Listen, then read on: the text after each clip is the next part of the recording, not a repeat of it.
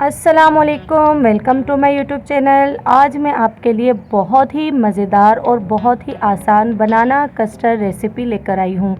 उम्मीद करती हूँ कि आपको ये रेसिपी बहुत ज़्यादा अच्छी लगेगी। प्लीज़ चैनल पर नए हैं तो चैनल को लाइक और सब्सक्राइब कर दें ताकि हमारी आने वाली हर नई वीडियो का नोटिफिकेशन सबसे पहले आप तक पहुँच सके। सबसे पहले मैंने यहाँ पर एक पैन ले लिया था और उसमें मैंने 2 से ढाई कप दूध ऐड कर दिया था। दूध ऐड करने के बाद हम यहाँ थोड़ा सा वेट करेंगे ताकि हमारा दूध जो है अच्छे से गर्म हो जाए। दूध के गर्म होने के बाद मैं यहाँ पर आधा कप जो है चीनी ऐड कर दूँगी।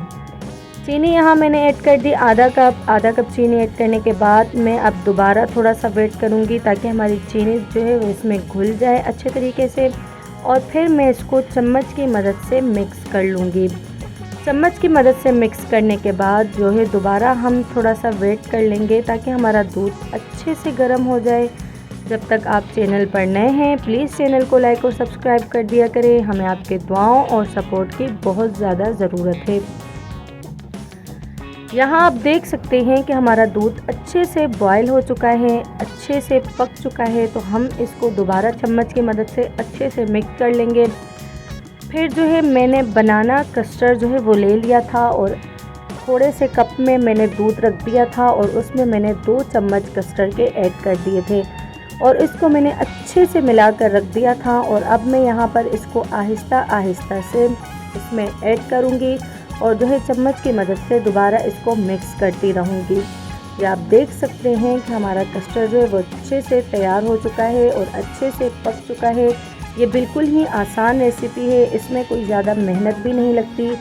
आपसे गुजारिश है कि आप हमारे चैनल को प्लीज़ सब्सक्राइब कर दिया करें। हमें आपके दुआओं और सपोर्ट की बहुत ज़्यादा ज़रूरत है। आपके सपोर्ट ही की वजह से हमारी वीडियो की क्वालिटी और ज़्यादा अच्छी हो सकती है। अब जो है मैं इसको और एक बाउल में सर्व कर दूंगी ताकि जो है ये अच्छे से ठंडा हो जाए और ये खाने में भी बहुत ज़्यादा लजीज और मज़ेदार हो जाए। फिर जो है मैंने थोड़े से बादाम ले लिए थे और इसको मैंने इसके ऊपर ऐड कर दिया था गार्निशिंग के लिए।